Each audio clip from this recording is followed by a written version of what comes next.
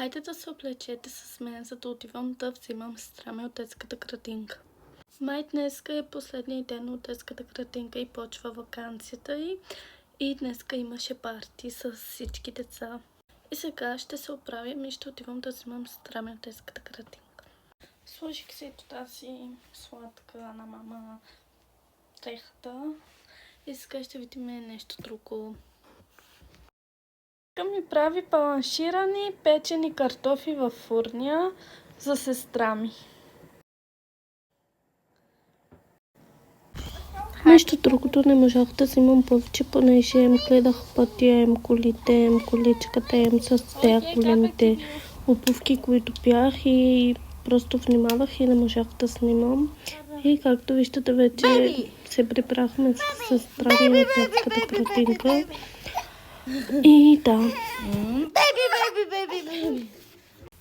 Ето ги картофите почти готови за ядене.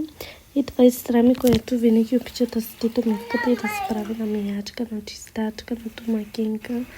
И ние се изсекарме, понеже прави много вода на пода в кухнята, но както и те.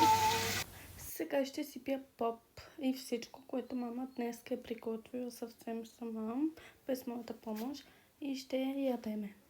Сипах попеца на мама и още неща има. Ето попа, който е направила майка ми, изглежда вкусен, но това ще разбера след като ще опитам попа.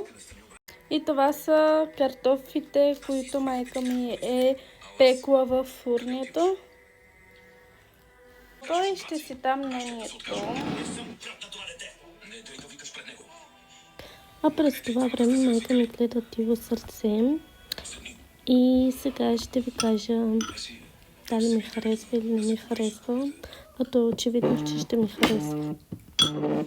Попа е много вкусен, много ми харесва. Златните ръце на моята майка винаги готвят вкусни неща. И сега ще опитам и шираните картофи на мама ще опитам. Полъка, че е топло.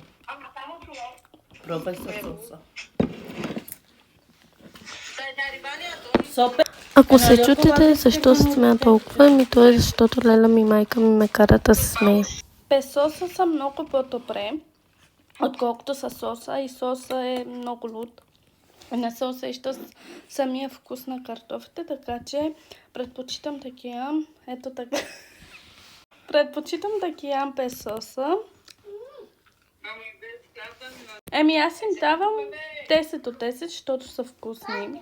А със соса не ми харесва, така че ще давам 4 точки, даже 0 точки. Хайде 2 точки. Давам не 4 точки за соса, за лутия сос с картофите. Му давам 4 точки, защото не се усеща самия вкус на картофите. А по-ми харесва. Просто имам чувство за хумор, така че не мога да бъда сериозна. Не го очаквайте от мен. А чистия картоф? 10 точки давам. И 4 точки. И това беше от мен. Чао и до скоро, до следващите влогове, които ще направим.